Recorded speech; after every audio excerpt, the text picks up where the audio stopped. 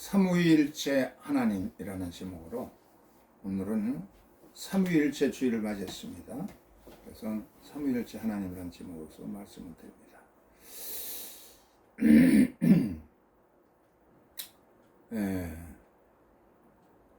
이제 오늘 교회력으로 삼위일체 주일입니다. 지난 주일은 오순절이었고 삼위일체 바로 이어서 이제 삼위일체 주일이죠.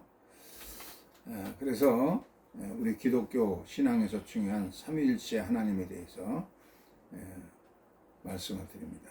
오늘의 서신서에 보면은 우리 주 예수 그리스도의 은혜와 아버지 하나님의 사랑과 성령의 교제가 너희에게 있기를 빕니다 라고 하는 목사님들이 예배 끝에 축도할 때 사용하는 말씀이 이제 서신서의 본문이었습니다. 초대교회 교부, 초대교회 다음에 교부 시대가 있었는데 이 초대교회 교부 시대에는 삼위일체를 페리코레시스라 그렇게 불렀습니다. 삼위일체라는 말은 페리코레시스라 불렀고, 성경에는 삼위일체라는 단어는 없습니다. 여호와의 증인들이 얘기하는 것처럼 삼위일체라는 그 단어는 없지만 성경 전반에 창세기부터 해서 삼위일체 신앙은 곳곳에 숨어 있습니다. 이 삼위일체를 교부들이 페리코레시스라고 부른 것은 이 페리 하면은 원형이라는 뜻입니다. 원형. 그리고 코레시스는 춤, 이렇게 빙빙 원형을 그리면서 돌아가는 춤. 터키에도 가보니까 그런 빙빙 돌아가는 춤들을 그 결혼식 축하연에 부르고 있고, 그리스에도 가보면 그렇게 원형으로 돌아가는 춤을 추는데, 우리나라에서는 그 관광 수월래, 개지나 칭칭 나네 이런 거 부를 때 빙빙 돌아가면서 춤추듯이 그런 비슷한 춤들이 세계적으로 많이 추고 있는데, 이렇게 삼위일체를 설명할 때 원형춤, 빙글빙글 돌아가는 춤, 그런 뜻으로 사용했어요. 그래서 성부와 성자와 성령이 손을 잡고 이제 춤추는 그런 모습으로 이 이콘에 보면 그렇게 되어 있죠. 이 동방교회 교부들 시대의 이콘들, 예수 그리스도라든지 이런 그 당시에 이콘에 보면은 색깔이 이제 세 가지로 주로 쓰여 있습니다. 녹색이 있고 빨간색이 있고 파란색이 있는데, 여기 삼위일체를 상징하는 색깔들입니다. 녹색은 성부 하나님, 성부 하나님이 세상을 창조하셨다 할 때에 세상이 전부 녹색이죠. 지금도 이제 6월 중순을 맞이해서 색깔들이, 나무 색깔들이 아주 푸르러지게 되어 있고 온 들판이 다 푸른색으로 되어 있습니다. 하나님이 창조하신 세계를 단적으로 말해주는 창조의 색깔입니다. 그린. 그리고 빨간색은 예수 그리스도의 보혈을, 십자가에서 흘리신 보혈을 상징하는 예수, 성자 예수 그리스도, 우리를 위해서 피 흘려 돌아가심으로써 인류를 대속하시고 하나님과 화해하도록 하는 그런 사명을 가지고 이 땅에 성육신에서 오신 분을 나타내는 색깔이 이제 빨간 색깔입니다. 그리고 파란 색깔은 이제 성령을 상징, 보혜사 성령으로 이 땅에 오셔서 우리로 하여금 여러 가지 체험도 하고, 오순절날 성령이 임해가지고 방언도 하고 예언도 하고 찬양도 하고 막 그런 신비한 체험도 하게 하는 체험적인 색깔, 이것을 초대교회에서는 파란색으로 그렸습니다. 성부, 성자, 성령이 손잡고서 돌아가면서 기도하는, 춤을 추는 그런 모습으로 페리코레시스라고 하는 단어로 교부들은 삼위일체를 설명을 한 겁니다. 창세기 1장 1절에서 2절에도 보면 뭐라고 그랬냐면, 태초에 하나님이 천지를 창조하시니라. 땅은 혼돈하고 공허하며 흑암이 깊음 위에 있고 하나님의 성령은 수면 위에 운행하시니라. 하나님이 이르시되 빛이 있으라 하시니 빛이 있었고 하나님 보시기에 좋았더라. 이렇게 창세기 벌써 1, 2, 3장 여기도 보면은 하나님이 하나님 아버지가 나오고 또 성령은 수면에 의해 돌고 있었고, 또 말씀으로다가 빛이 있으라 하니 빛이 있었고, 이렇게 삼위가 설명되고 있습니다. 삼위의 하나님이 성부 하나님, 성자 말씀이신 예수, 성육신 되신 예수, 성령의 운행이 함께하여서 세상에 창조하게 되었다고 말하고 있습니다. 그럼 먼저로 하나님의 사랑에 대해서, 하나님의 사랑과 이렇게 할 때, 우리는 하나님은 만물의 창조자시요 섭리자시며 온 인류의 아버지시요 모든 선과 미와 애와 진의 근원이 되시는 오직 하나이신 하나님을 믿으며, 감리교 교리적 선언에 보면은 이렇게 하나님에 대해서 아주 간단명료하게, 하나님은 어떤 분이냐, 창조자 한 분이신 하나님이신데 완간 만물을 창조하신 크리에이터, 창조자이신 하나님, 또 만물의 통치자가 되시고 온 인류의 아버지가 되시고 진선미의 근원이 되시고 그러신 진선미의 근원 되신 한 분 하나님이 있는다. 감리교의 교리적 선언에 이렇게 제1주에 그렇게 고백하고 있습니다. 온 세상을 창조하신 창조주, 또 만물을 창조하신 뿐만 아니라 또 그것을 다스리시고 통치하시는 통치자, 또 온 인류의 아버지, 진선미의 근원이 되시는 하나님을 믿으며 라고 고백하고 있는데, 아주 이 교리라는 것이 참 이렇게 간단한 그 문장으로서 신앙을 잘 정리한 것이 이제 교리인데, 이렇게 우리가 감리교인들은 고백하고 있습니다. 미국의 감리교인들도 코리안 메더리스트 크리드라고 해서 이 감리교 교리적 선언을 영어로 번역해 가지고 매달 한 주씩 그 교독을 하고 있습니다. 그만큼 아주 일목요연하게 잘 정리가 되어 있어요. 세번역 성경으로 창세기 1장 1절에 보면은 태초에 하나님의 천지를 창조하셨다라고 되어 있습니다. 베레시스 바라 엘로힘 에스 하샴마임 베스 아레츠.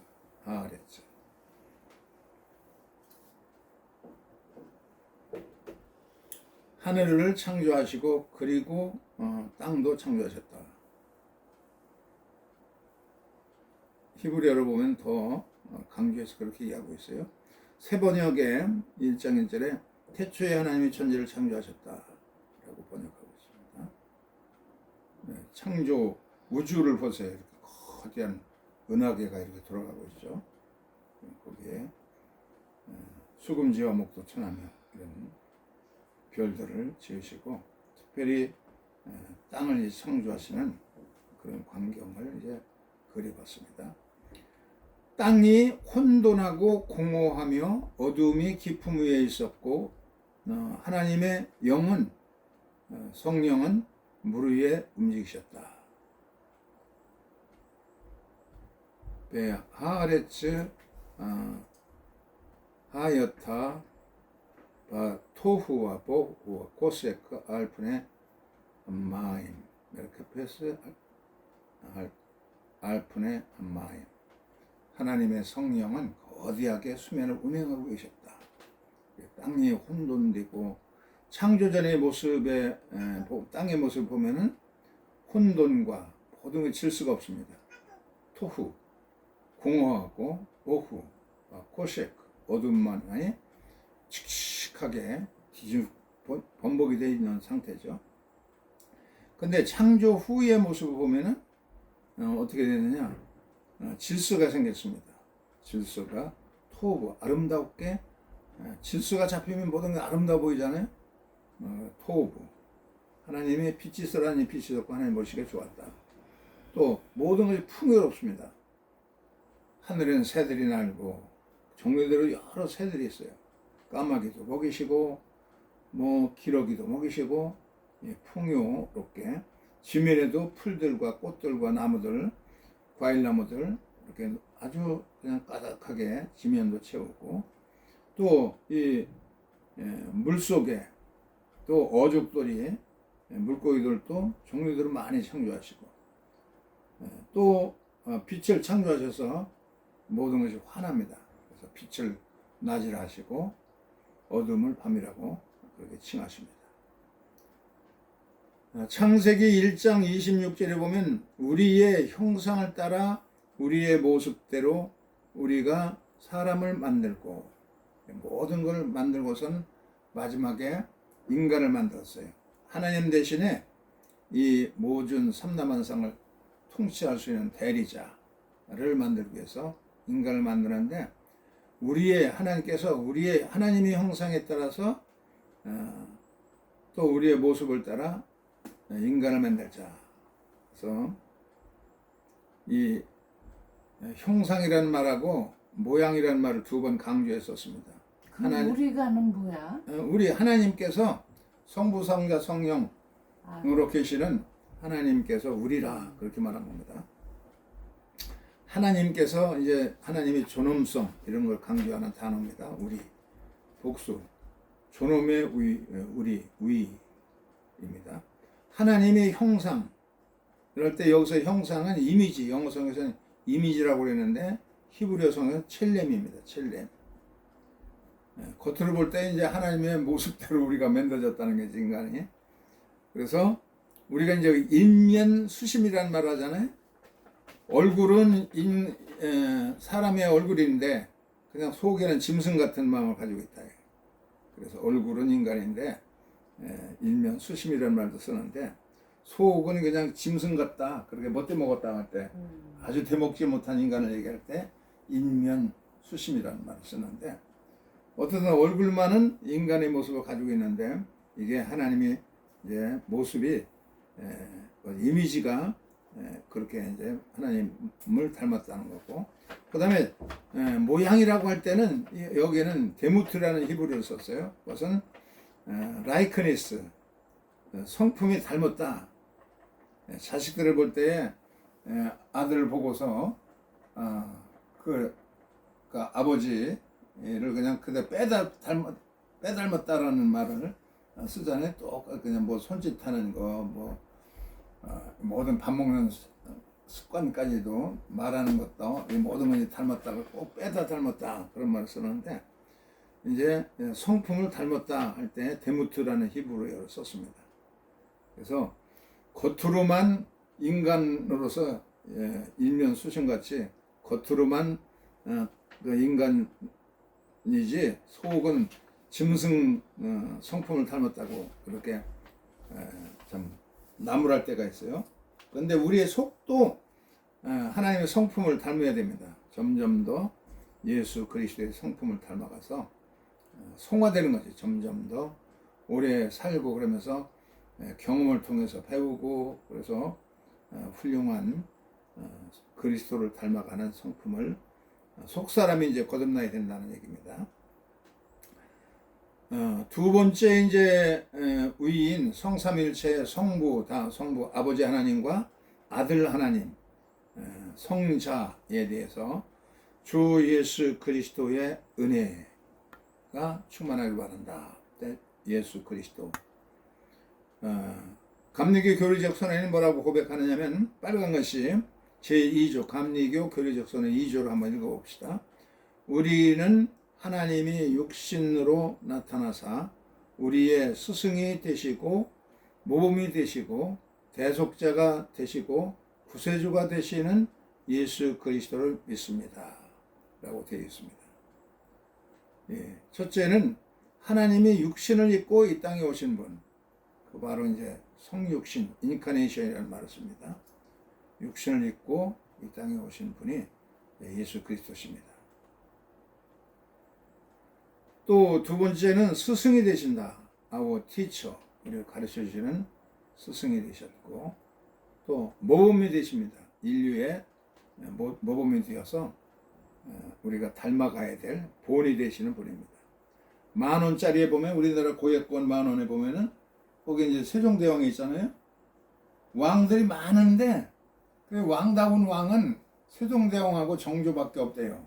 세종대왕의 글자가 없는 우매한 백성들을 위해서 불쌍히 여겨서 한글도 창제하시고 참 훌륭한 인물입니다. 그래서 본이 되기 때문에 10,000원짜리를 딱 이제 박아놨습니다. 바로 예수님은 우리가 본받아야 될 인류의 본이 모델이 되시는 그런 분이십니다. 또 대속자가 되시고 우리를 위해서 우리의 죄과를 다 씻기 위해서 예수께서 십자가에서 벌을 다 받으셨어요. 죄값을 다 치르셨어요. 대속자가 되시고 또 그래서 우리를 완전히 구원해 주시는 구제주가 된다. 이 사람이 말틴 루터인데 말틴 루터가 비텐베르크에 가보면은 말틴 루터 박물관이 있어요. 이 책상에 말틴 루터가 쓰던 책상이 있고 거기에 막 잉크가 막 묻어 있고 그런데 예, 마틴 루터가 종교개혁을 하는데 어느 날 성경을 쭉 읽고 있는데요. 성경 앞에 두고 로마서 1장 17절을 읽고 있었어요. 그랬더니 마귀가 나타나가지고 네가 이렇게 죄가 많은 놈이 무슨 종교개혁을 하겠다고 나서느냐. 너의 죄 위에 목록을 한번 살펴봐라. 마귀가 건네는 마틴 루터의 죄의 목록을 보니까 거기에 까마득하게 자기 죄들이 전부 몇 년, 몇 월, 며칠, 몇 시간 무슨 짓을 하고 그런 게 다 쓰여 있어요. 이렇게 죄 많은 녀석이 뭘 네가 종교개혁을 하겠다고 그냥 마귀가 꾸짖고 괴롭히는 겁니다. 그때에 마틴 루터는 로마서 1장 17절을 묵상하다가 그래 이것은 내가 다 저지른 죄다. 그렇지만 예수 그리스도께서 십자가를 지심으로써 나의 죄를 다 속하여 주셨다. 그것은 예수의 보혈로 깨끗하게 다 도말되었다. 난 이 주의 보혈로 깨끗해졌다. 하고 말하는 순간에 이 마귀가 도망가고 말았습니다. 그래서 마귀를 향해서 그냥 잉크병을 던졌던 그런 것들이 흔적들이 나옵니다. 가보면 예수께서 이렇게 십자가에 매달려 돌아가실 때 마지막에 하신 말씀이 내가 다 이루었다. 인류의 죄값을 내가 이제 다 치루었다. 다 완성되었다. 그런 말씀을 하시고 호흡이 끝나서 돌아가시고 말았습니다. 예수께서 바로 나라의 죄값을 위해서 십자가를 지었다 하는 믿음을 우리가 가짐으로써 마틴 루터도 이 사실을 깨닫고 나니까 그냥 너무 기뻤어요. 뭐라고 일기에다 썼냐면 나는 온통 새롭게 태어났다. 열린 문을 통하여 낙원으로 들어가는 느낌이 들었다. 하고 이 로마서 1장 17절을 깨닫고 나니까 그것으로 신구약 성경이 전부 다 꿰뚫어지더라는 겁니다. 성경 말씀이 새로운 얼굴로 반갑게 나에게 다가왔다. 그래서 전 세계에 수많은 교회들이 세워지고 우리들도 이와 같은 순수한 신앙을 가져야 되겠습니다. 예수께서 우리를 위해서 속죄의 대합을 이루시고 구주가 되셨습니다. 세 번째 우위, 삼일체, 성삼일체 하나님의 세 번째 우위는 성령이십니다. 성령의 친교가 성령의 전에는 뭐라고 그러냐면 성령의 교통이라고 번역했는데 지금은 성령의 사귐, 친교 그런 말을 씁니다. 감리교 교리적 선은 3조를 한번 빨간 것이 읽어보겠어요. 우리는 하나님이 우리와 같이 계시사 우리의 지도와 위안과 힘이 되시는 성령을 믿으며 하나님이 우리와 같이 우리 안에 계시는 것 같이와 함께 계셔요. 현존합니다. 프리젠트. 또 지도, 가이드. 외국에 여행하면은 그냥 뭐가 뭔지 모르잖아요. 언어도 통하지 않고. 그러면 가이드가 있어가지고 잘 설명해줘가지고 참 여행하는 보람이 있습니다. 오래 거기서 살았던 사람이 친절하게 안내해주니까. 또 위안도 되십니다. 컴포트, 우리의 위안이 되어주시고 보혜사가 되어서 늘 옆에서 격려도 해주시고 또 힘도 주십니다. 성령은 우리에게 능력도 부여해서 약한 사람들도 강해지고 무지한 사람도 지혜롭게 하시고 힘이 되시는 분이시다. 이렇게 고백합니다. 존 웨슬레가 그 로마서 8장 15절로 16절을 강의하면서 그렇게 썼습니다. 거기에 보면 뭐라고 그러냐면 너희는 다시 무서워하는 종의 영을 받지 아니하고 양자의 영을 받았으므로 우리가 아빠 아버지라 부르짖느니라. 성령이 친히 우리의 영과 더불어 우리가 하나님의 자녀인 것을 증언하시나니. 여기에 대해서 여기 이 사람이 있죠.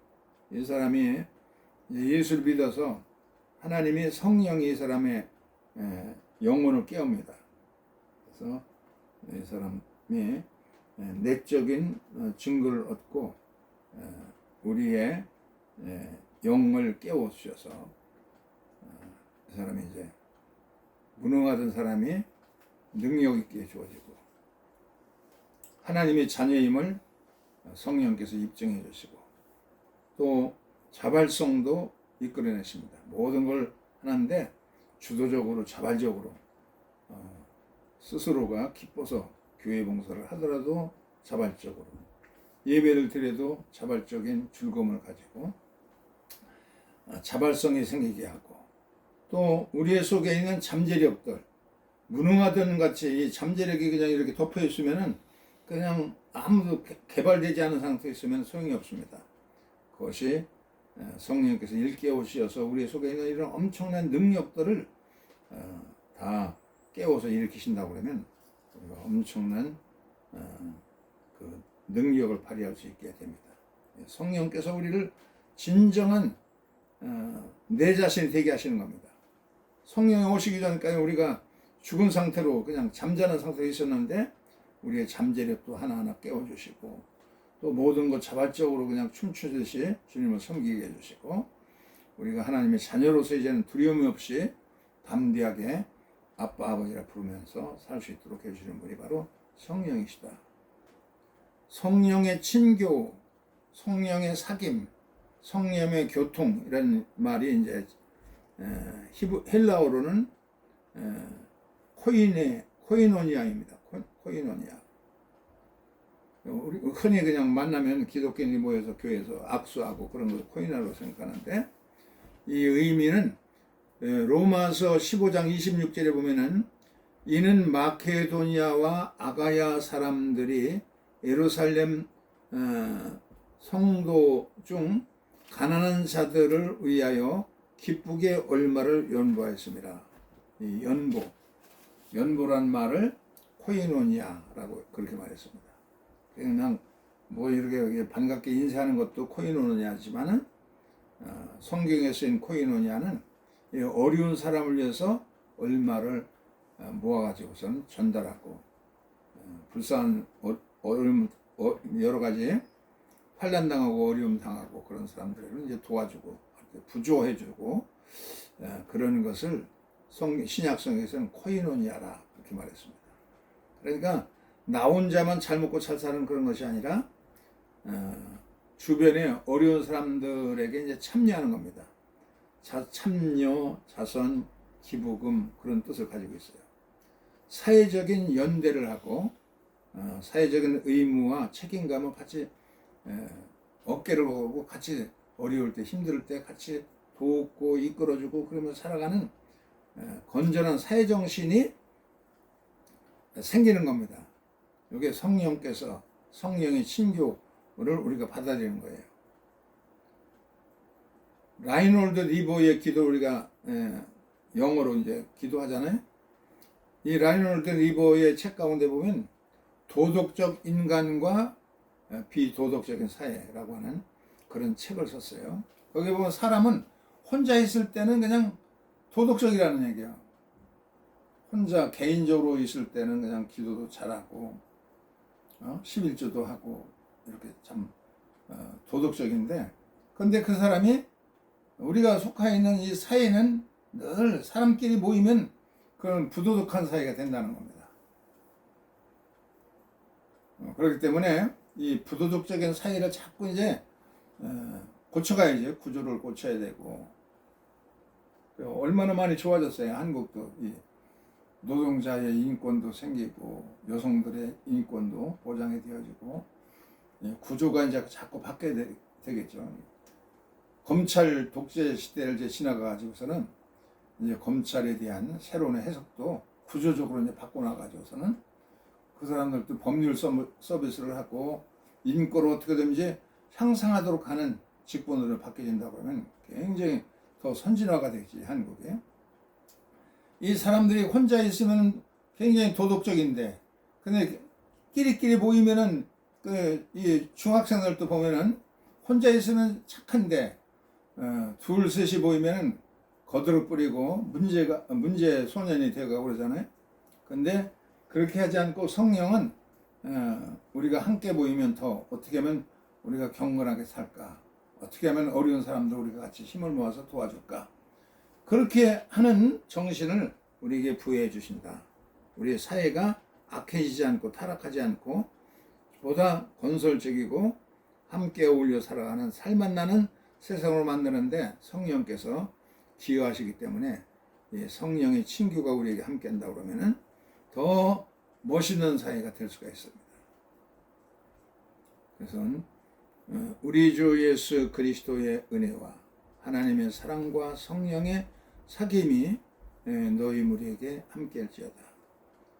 우리의 속에 성령이 들어와 계시면은 우리를 이렇게 아주 하나님의 자녀임을 알게 해주시고, 또 자발성을 일깨워주고, 그리고 잠재력을 자꾸 개발해서 더 훌륭한 나답게 살아가도록 해주신다. 선거, 대통령 선거 이제 끝나가지고 대통령이 바뀌었는데,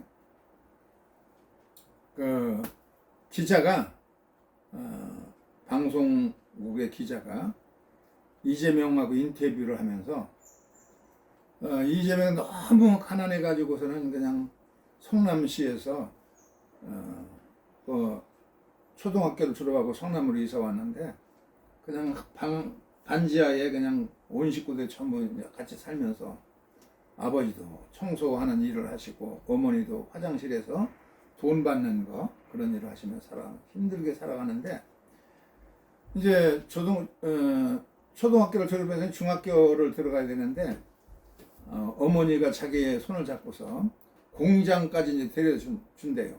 그러면 다른 애들, 자기 또래들은 전부 교복 입고 학교를 가는데 자기만 엄마 손 잡고 공장에 가다 보면 아주 한심하더래요.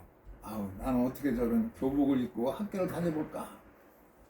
그래서 성남시장이 되어가지고서 교복을 모든 그 중학교 들어가는 아이들, 고등학교 들어가는 아이들에게 교복을 전부 무료다가 주는 그런 혜택을 시에서 다른 돈을 조금 절약하니까 넉넉하게 그렇게 할 수가 있어요.